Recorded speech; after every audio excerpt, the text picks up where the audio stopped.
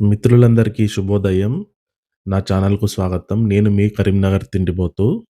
ఈరోజు మనం ఇంట్లోనే చాలా సింపుల్‌గా, చాలా టేస్టీగా తయారు చేసుకునే ఇండియన్ ట్రెడిషనల్ స్వీట్ కలాకండ్ ఎలా చేయాలో చూద్దాం. ఈ రెసిపీ చాలా ఈజీ, చాలా సింపుల్. కేవలం కొన్ని ఇంగ్రీడియెంట్స్‌తోనే చాలా పర్ఫెక్ట్‌గా చేసుకోవచ్చు. ఎంతో బావుంటుంది. ముందుగా మందంగా ఉన్న గిన్నెను తీసుకోండి. ఎందుకనంటే కింద అడగంటకుండా ఉంటుంది. అది ఎంత లావుగా ఉంటే అంత బాగుంటది. తరువాత లీటర్‌న్నర పాలు. మనం బయట పెద్ద పాల ప్యాకెట్లు తెచ్చుకుంటే 3 ప్యాకెట్లకి లీటర్‌న్నర అవుతది. అది కూడా ప్యూర్ మిల్క్ ఉండాలే. దాంట్లో ఫ్యాట్స్ అనేటివి ఎంత ఎక్కువ ఉంటే కలాకండ్ అనేది అంత బాగా వస్తది. పాలు దాంట్లో పోసి మొదటి పొంగు వచ్చే వరకి చిన్న ఫ్లేమ్ మీదనే దాన్ని మరగనివ్వండి. ఒక పొంగు వచ్చిన తర్వాత ఒక సగం నిమ్మకాయ వక్కనేసి దాన్ని పాలను విరగ్గొట్టండి.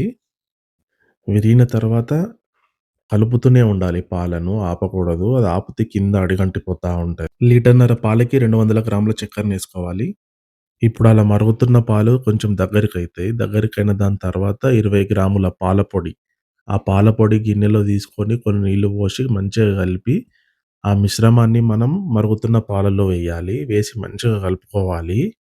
ఆ పాల పొడనేది మనకొక మంచి రుచిని ఇస్తూ ఉంటది. ఖచ్చితంగా పాల పొడిని వేయాలి మనం. వేసిన తర్వాత మళ్ళీ హై ఫ్లేమ్ మీద పెట్టి మళ్ళీ కలుపుతూనే ఉండాలి. మనము ఎలా అంటే అది ఏసిన తర్వాత మనకు పూసలుగా వస్తూ ఉంటది కలాకండ్. అది మంచిగా దగ్గరకొచ్చిన తర్వాత ఒక 2 టేబుల్ స్పూన్ల నెయ్యి వేసి మంచిగా కలిపి సర్వ్ చేసుకొని తింటే ఎంత బావుంటుందనంటే ఇది మీరు ఇంట్లో చేస్తే మిమ్మల్ని ఎవ్వరైనా సరే మెచ్చుకోవాల్సిందే. అంత బావుంటది.